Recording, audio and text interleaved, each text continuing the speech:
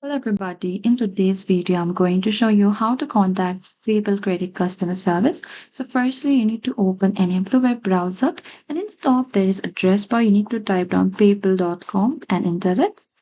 And once inside this home page of PayPal, in the top there is help icon, open that.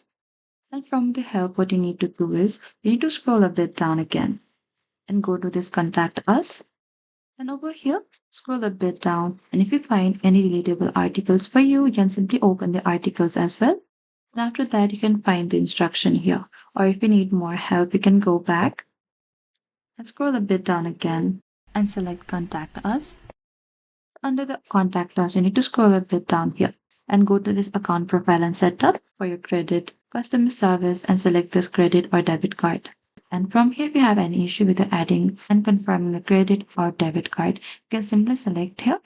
From here, you can simply follow the instruction here. And that is it. This is how you can contact PayPal Credit Customer Service. Thank you for watching this video. I hope this video was helpful.